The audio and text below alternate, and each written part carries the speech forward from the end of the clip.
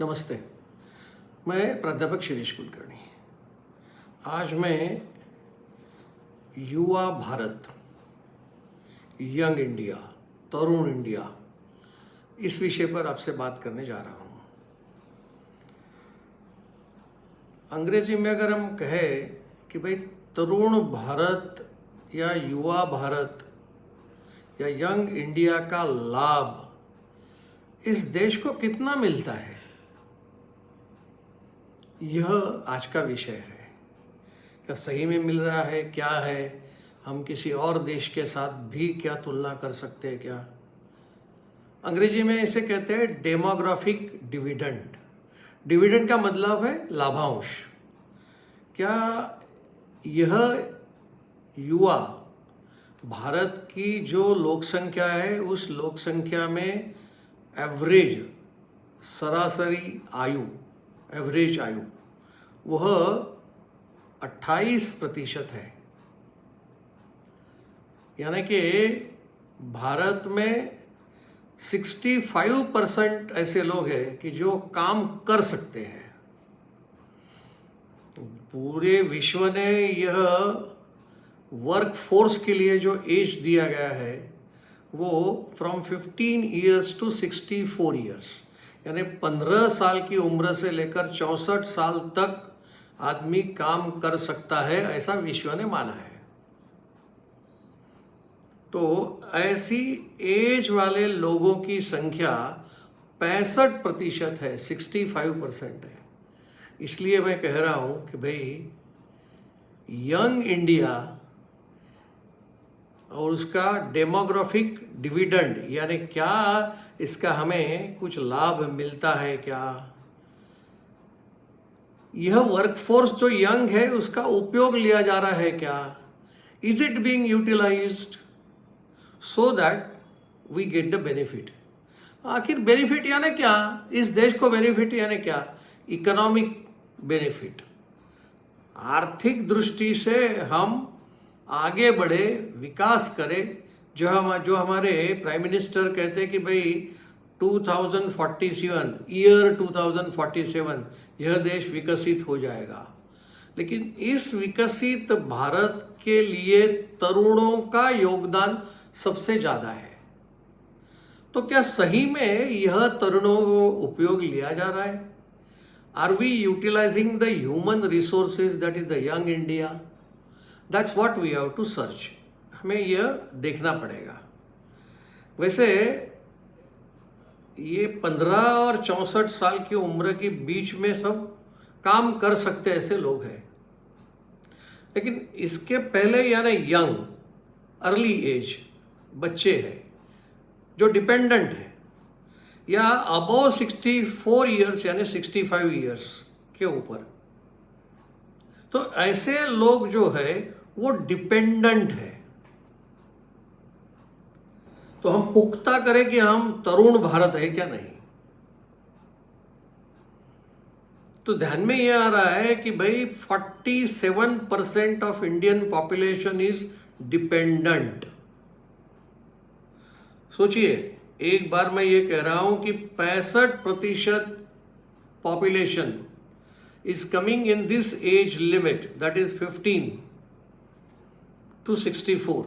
लेकिन फिर भी जो हमारा वर्ल्ड बैंक कहिए, IMF कहिए, ILO कहिए, इन सब की तरफ से जो डेटा, जो माहिती, इंफॉर्मेशन एकत्रित किए, उसके आधार पर मैं कह रहा हूँ। वैसे चाइना का डिपेंडेंसी रेशो कितना है? 45%, यानी हमसे कम है। यानी चाइना आगे है, यानी ज़्यादा से ज़्यादा लोग काम कर रहे हैं। सिर्फ एज से कुछ नहीं होगा, लेकिन नहीं काम करने वालों का रेशो तो डिपेंडेंसी ही आएगा। देखिए, हम किस आधार पर ऐसा कहेंगे? इकोनॉमिक बेनिफिट यानी क्या? तो हम देखते हैं GDP, ग्रॉस डोमेस्टिक प्रोडक्ट, घरेलू सकल उत्पाद। मैन्युफैक्चरिंग है, सर्विसेज है, एग्रीकल्चर है, इनमें से जो उत्पादन मिलता है उसका मनी वैल्यू इकट्ठा करें तो वो होगा जीडीपी। तो इस जीडीपी की वृद्धि क्या है? मैं कह रहा था कि भाई यह जो यंग इंडिया है, whether it is popular properly utilized, यानी सही उपयोग इस यंग इंडिया को किया जा रहा है या नहीं। तो उसका पहला मैं कह रहा हूं कि भाई जीडीपी, तो जीडीपी जो चाइना का हर साल बढ़ रहा है वह यह डेमोग्राफिक पीरियड के अंदर, यानी जो पीरियड तय किया है उस पीरियड के अंदर यह 9.3% बढ़ा है, वियतनाम 7.2% बढ़ा है और भारत का 6.2%। तो इस प्रकार से ये डेमोग्राफिक डिविडेंड वाला जो पीरियड तय किया गया है उस पीरियड के अंदर जीडीपी की वृद्धि बहुत ज्यादा नहीं है। तो देखिए जीडीपी को अगर हम दूसरी ओर से देखें तो पर कैपिटा जीडीपी, यानी हर व्यक्ति के सर पर कितना जीडीपी आता है। तो देखिए सबसे ज़्यादा है चाइना का 11.48% per capita GDP of China, Bharat से डबल है। भारत का कितना है? 5.67। इसका मतलब क्या है कि भाई हमारी युवा पीढ़ी का उपयोग नहीं किया जा रहा है। लेकिन कई बार ऐसा सोचना पड़ता है ना कि भाई ऐसा क्यों है, क्या कारण है। तो कारण ध्यान में आता है कि भाई कम से कम एजुकेशन की फैसिलिटी हमारे यहाँ है क्या। देखिए हम एजुकेशन के बारे में कहते हैं कि भाई ये नई राष्ट्रीय शिक्षा नीति आई है, लेकिन वो सही ढंग में इम्प्लीमेंट हो रही या नहीं पता नहीं, कुछ समय में पता चलेगा, कुछ सालों बाद पता चलेगा। यानी एजुकेशन के बारे में भी हम कम है। नहीं, उसका मैं दूसरा एक विषय भी देता हूं आपको कि हमारे यहाँ लिटरेसी रेशो जो भारत का है वो सिर्फ 77% है। देखिए साउथ कोरिया, मैं नॉर्थ कोरिया की बात नहीं कर रहा हूं, मैं साउथ कोरिया की बात कर रहा हूं, उसका 99% लिटरेसी रेशो है। ब्राज़ील का 95% है, चाइना का 97% है। इतना लिटरेसी रेशो है।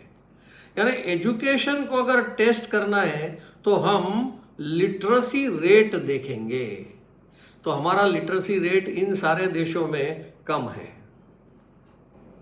दूसरा भी है कि भाई क्या हेल्थ के बारे में क्या स्थिति है हमारी। बजट जो किया जाता है हेल्थ के लिए वो भी हमारा बहुत कम है। एजुकेशन के लिए बजट जो हम एलोकेट करते हैं वो भी कम है। तो इसकी वजह से जो हमें चाहिए वो हमें नहीं मिल रहा है। तो ये सिर्फ हेल्थ और इसका ही नहीं है, क्या एम्प्लॉयमेंट अपॉर्चुनिटीज है क्या। मैंने एक दो दिन पूर्व ये कहा था, अपॉर्चुनिटी किसे मिलती है? Skill first. डिग्रियों को लोग न ध्यान लेते हुए आजकल स्किल के ऊपर देखते हैं। Skill first, they are focusing on skill not on degree. तो क्या स्थिति है एम्प्लॉयमेंट अपॉर्चुनिटी, उसके आधार पर यूटिलाइजेशन ऑफ अ पॉपुलेशन होगा। तो वह भी हमारे यहां तकलीफ है। गुड गवर्नेंस, हमारे यहाँ गवर्नेंस की स्थिति ऐसी है, राज्य अलग अलग गवर्न करते हैं और केंद्र अलग ही गवर्न करता है। भारत सरकार कुछ कहती है तो राज्य सरकार उसके विरुद्ध में चलते हैं। तो इस प्रकार से गुड गवर्नेंस जो होना चाहिए वो हमें दिखाई नहीं दे रहा है। तो एक तो लिटरेसी का भी हमने देखा, जीडीपी का भी देखा। तो चलिए प्रोडक्टिविटी के बारे में देखते हैं। जो प्रोडक्टिविटी है पर ईयर $6,200 भारत का प्रोडक्टिविटी है। तो इसके सामने अगर हम देखें चाइना 25,000 प्रोडक्टिविटी है, डॉलर है, $25,000। ब्राजील का कितना है? $21,000। यानी प्रोडक्टिविटी भी भारतीय व्यक्ति की कम है, तो हमें डेमोग्राफिक डिविडेंड यानी जनसंख्या के आधार पर मिलने वाला भारत की इकोनॉमी को लाभांश कम है। अब अगर ये डेमोग्राफिक डिविडेंड अगर हमें नहीं मिला तो होगा क्या अल्टीमेटली? वो तो सारे विपक्ष तो चिल्ला रहे हैं कि भाई हाँ ये ऐसा नहीं ऐसा हो रहा है। एक तो सब लोग कह रहे हैं अनएम्प्लॉयमेंट, बेरोजगारी। देखिए ना, अभी 200-300 जगह होगी सरकार की, तो उसके लिए लाखों में एप्लीकेशन आती है और उसकी परीक्षा ली जाती है। इसका मतलब क्या? उसके दो पद्धति है। एक तो लोगों को सिक्योर जॉब चाहिए, सुरक्षित नौकरी। यानी क्या? सुरक्षित नौकरी का मतलब क्या है? सरकार निकाल तो नहीं देगी, लेकिन हम काम भी नहीं करेंगे, इसे काम नहीं करना पड़ेगा, इसे कहते हैं सुरक्षित नौकरी। तो ये मेंटालिटी भी ठीक नहीं है। तो बेरोजगारी का कारण ये भी है कि भाई क्या हम नौकरी देने वाले ही रह सकते हैं क्या? नहीं, हम एंटरप्रेन्योर नहीं हो सकते क्या? Why we are seeking the job? Job हम ढूंढ क्यों रहे? हम जॉब देने वाले नहीं हो सकते क्या? तो ये बेरोजगारी का जो मामला है वो कम हो जाएगा। दूसरा, आंदोलन होंगे। यहां तो कई जगह कई तरह के आंदोलन होते हैं। किसी एक्सीडेंट के अंदर देहावसान हुआ तो तुरंत वो सरकार से मुआवजा मांगते हैं।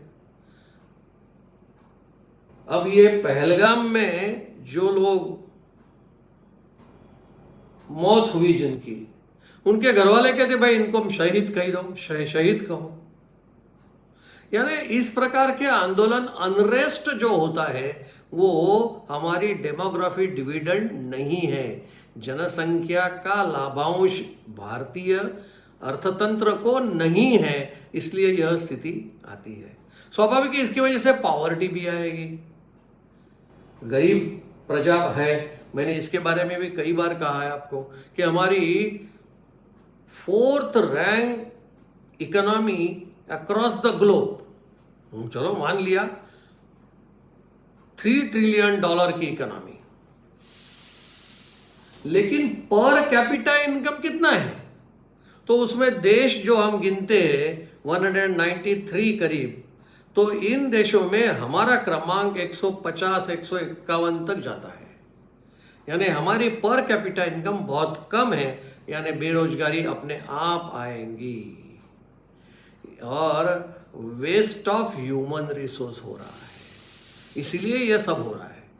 हमारी योग्य उपयोगिता नहीं मिल रही है, इसलिए इस प्रकार की समस्याएं देश को आएगी। इसलिए इस विषय में हम सबको देखना पड़ेगा, भारत सरकार को भी देखना पड़ेगा, और जैसे मैंने कहा एक इंडिविजुअल को कि भाई मुझे सरकारी नौकरी क्यों चाहिए। सालों लगा देते लोग, UPSC, GPSC, MPSC, staff selection board, इसमें समय लगाते हैं, मेहनत करते हैं। क्यों? सरकारी नौकरी चाहिए, सुरक्षित जॉब चाहिए। यानी क्या? हम काम करें या ना करें, ऊपर का पैसा मिल जाएगा तो हमारा जीवन आनंदमयी रहेगा। इस प्रकार की मानसिकता से अगर हम त्याग करेंगे तो इस देश का जो विकसित भारत ऐसा कहा जा रहा है, उसमें नरेंद्र भाई मोदी को मदद मिलेगी, ऐसा मुझे लगता है। इन्हीं शब्दों से मैं अपनी वाणी को विराम देता हूँ। आभार।